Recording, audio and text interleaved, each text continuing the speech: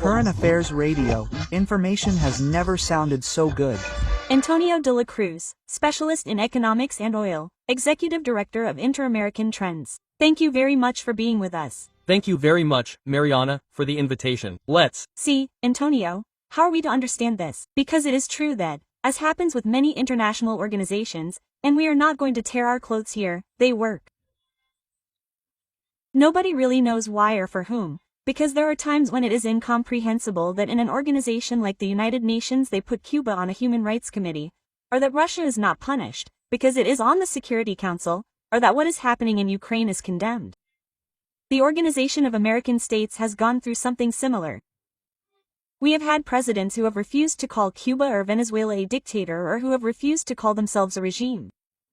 And now the United States says, listen, no more lukewarmness. What could this mean, Antonio?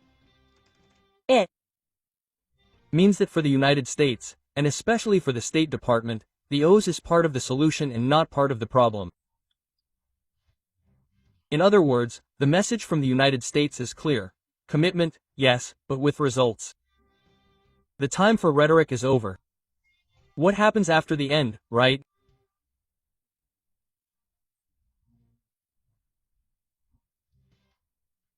After the fall of the Berlin Wall and everything we saw with the consolidation of democracies at that time, and with the return of all these anti-Western countries, they have been occupying these multilateral organizations to advance an agenda in which the United States is excluded and is basically the financial muscle in the vast majority of these organizations.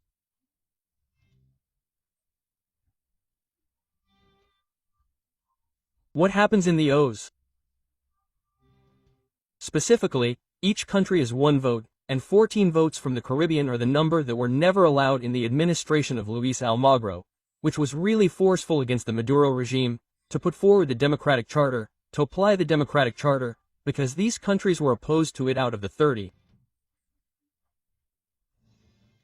countries that exist.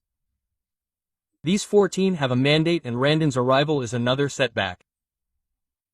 Now he says that he wants a dialogue when we know that in Venezuela dialogues do not work. I believe that what this ultimatum also shows, correct me if I'm wrong, is that the United States recognizes that the Organization of American States has truly lost its capacity to act as a guarantor of democracy in the region. Now, what is the message? How do Washington's allies and adversaries interpret this ultimatum? Do you think it is a way of pressuring those other lukewarm governments, or is it perhaps already a sign of fatigue with the ineffectiveness of this organization that really what you see is that it is wasting your time and also your resources? The first reaction to this position of the United States was seen with the appointment of Rosa Maria Paya to the Inter-American Commission on Human Rights. Excuse me for interrupting you, Antonio. At first, the organization was not going to support it until the United States made this statement, and there, my friend, there we changed the rules. That is why. The announcement by the United States is indeed powerful, because we saw how they aligned themselves. They said that 44% or, in some experts, 50% of the budget is provided by the United States. So the withdrawal of those funds ends the organization's ability to have a headquarters here and to have a space. So, of course, they said, we have to support the United States in this decision, which was a proposal that also created a great negative response from the Cuban regime that detests Rosa Maria Paya as a defender of human rights. So, I believe that there are ways, but we have to make the weight of the United States felt, which until now it has not done. It did not withdraw from that after September 11th, right? When there was the attack on Iraq, it took a distant position. Barack Obama arrived, and then we saw how the United States began to lose presence in terms of decision-making in these multilateral organizations. And so, what happens? I believe that it is time to return, as they have shown right now in Iran, that the United States is the one that can make a difference in terms of human rights, freedom, democracy, and the new world order that is being proposed at the moment. Antonio, one wonders, listen, do they lead by example? I don't know if those who have to make these types of decisions, both in the UN and the Organization of American States, are doing so because they are idiots or because they really have a complete lack of knowledge, because putting Cuba, as I say, on a human rights committee is outrageous, or if they do it for interests, they do it because, perhaps it is a bureaucratic space, where openly authoritarian governments have, they have weight, and that also needs to be reconsidered. The threat that the United States is making now, for example, is directly linked to the political context that Venezuela or Cuba are experiencing, where the Organization of American States has been absolutely ineffective in guaranteeing even a legitimate democratic transition. What's more, criticizing those who are currently in power. That's right, Mariana, he made it clear. He said that despite there having been an electoral process in Venezuela where González Urrutia won, they were incapable of ensuring that the agreements in the charter could have been complied with by the rules of the regime. But what happens? After the fall of the Berlin Wall, democracy, let's remember, was what was considered to prevail. Let's remember that famous book by Q. Pillam,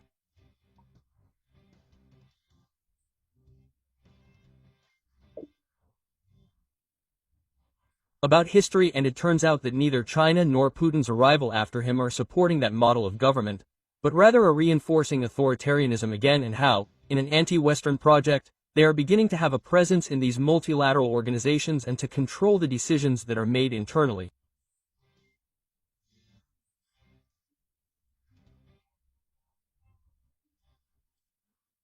And in the case of the OEA, we saw the forum in São Paulo, Brazil, right? Mexico, Chavez, of course. In Venezuela they began to generate a mechanism through Petrocaribe with the Caribbean people, the 14 votes.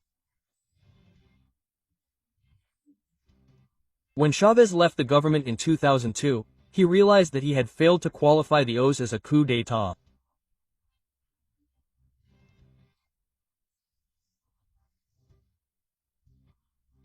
So he began to create an entire structure to obtain these votes through corruption, and they began to have functions, and that is the way they have been able to undermine the presence of the United States and Canada, because they are seen as the two great enemies of the rest of the continent.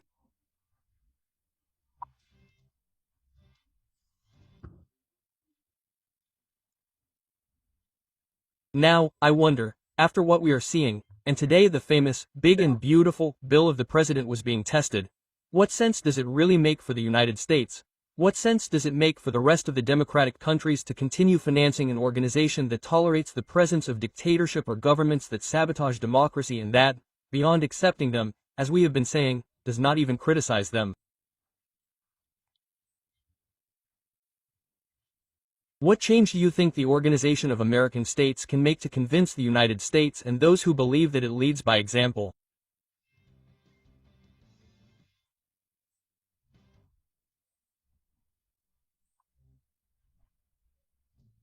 The new administration in the United States definitely needs to shake up multilateral organizations in terms of ensuring that if it is funding a large part of the mission and objectives of these organizations, there must be an alignment with Western values of democracy, freedom, and the rule of law.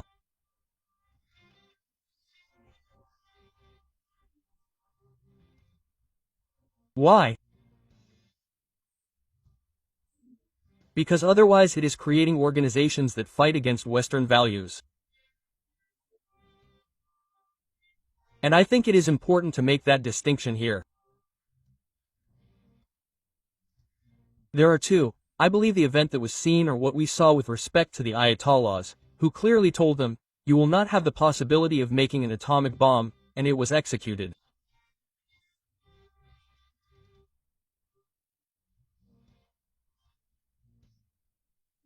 It is a strong sign of what when the hegemonic power decides where to go and sets red lines. That marks a distinction not only for the Ayatollahs, for Russia, for China, because they saw how the United States really set a line and was consistent.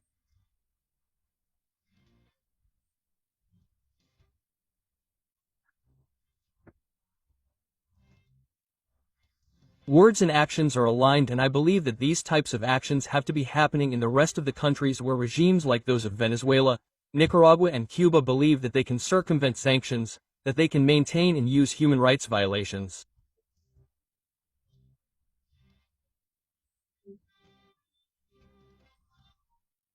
Right? Crimes against humanity, and that no one punishes them. No one has the power to enforce the law, because I believe that here it is through the law that they have to start acting. If The Hague does not work, the United States has to start working. Yes, of course. Well, imagine among the problems that currently exist in the United States, if you are financing an organization like the Organization of American States, okay? So that they at least protect the democracies of the region, and also when there are crimes against humanity involved, because you have countries that have committed crimes against humanity, but you also have countries like Mexico with Mrs. Claudia Sheinbaum, or Brazil with Mr. Lula da Silva, or Colombia with Mr. Petro, who prefer that consensus of silence and are also within the organization. So, in the end you are in an organization where, it is more the facade than what is really inside, because there is nothing inside. My question now is, in view of what there is and how difficult it is going to be to change this, no matter how much they say that we have to abandon the lukewarmness and such, as long as Mexico, Brazil, or Colombia are there, that consensus of silence will continue to occur because they are, ideological friends, they are partners with these countries that are being criticized.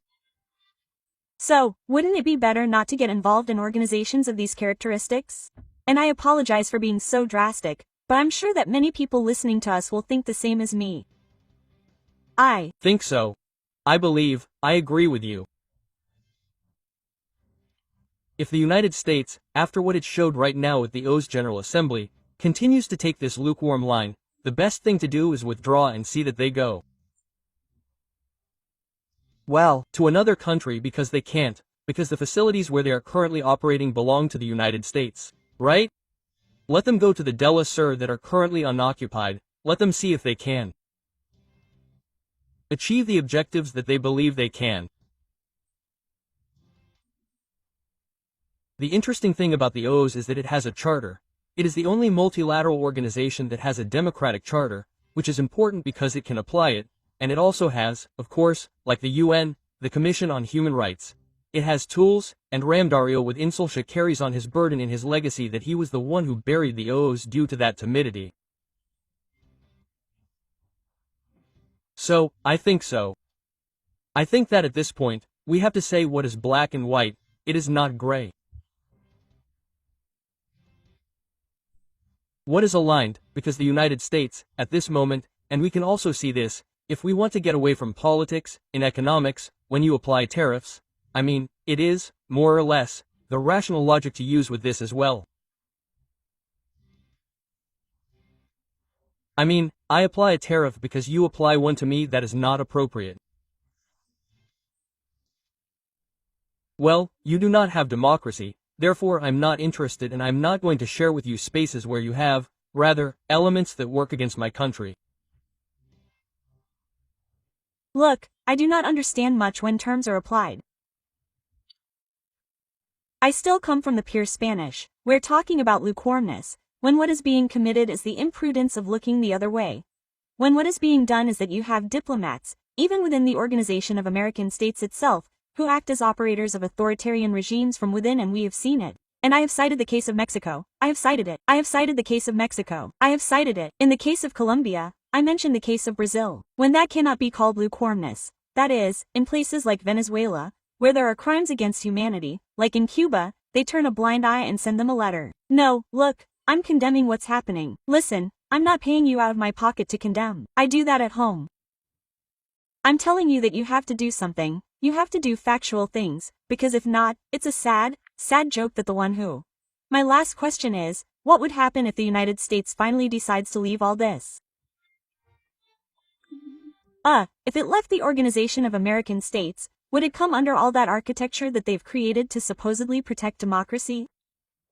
And would it be done more effectively, Antonio?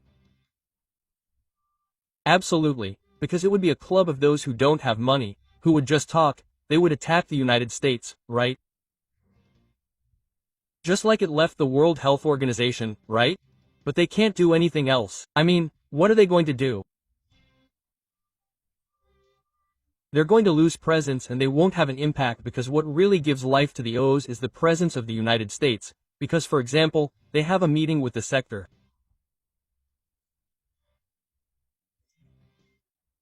In August, right? With the business community, that is, it's about linking the region to a market like the United States that doesn't understand it. So, I think they're withdrawing and they're always threatening us, or they're being threatened that China is going to take over that space. Well, if they believe that with China they're going to have a better future, they should go with China. Indeed, look, you just summed it up. I think that the time has come and we're all in this same boat because we've been seeing this hypocrisy for years and no one, as I said, puts the bell on the cat.